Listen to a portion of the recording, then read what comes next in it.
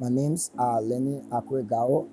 I live in Barnesville, precisely Monserrado County, District 11, and I'm 31 years of age. Currently, I'm doing machining and fitting. My motivation comes about looking at the word teacher, which means the light giver. So I've choose to be a part of the light giver to make a positive impact in my generation and the century that I am a part of. My experience have been well good. They have been excellent. I appreciate everything that have been taught, despite the challenges that one may have encountered. But they are all encouraging and they are there to make you stronger in being a better person for the future.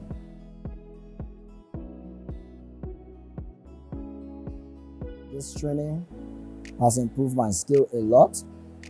Looking at the various types of machines that I've had the opportunity to operate, like the lift machines, the milling machine, the drilling machine, the shaping machine, and even the power saw. It has improved my skill greatly because on the lift machines, we were taught how to do drilling on it. We were taught how to do parallel turning, facing, boring, thread cutting. A lot of operations we were taught on these lift machines. So I'm very, very happy that this training have improved my skill.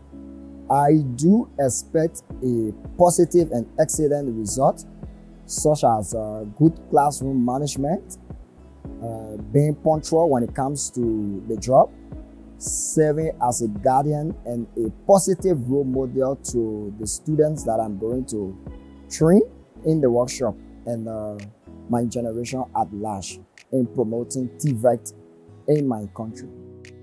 I firstly want to say a very big thank you to the European Union, the government of Sudi, UNIDO, Youth Rising. I hope and pray that this opportunity is not going to be the last, but they will continue to support in improving the livelihood of the youth of our generation. Looking at the improvement in technology, I think it's essential that such skills have been introduced to improve our nation and improve the lives of young people in order to make them a productive citizen and make a positive impact in Liberians or in Liberia.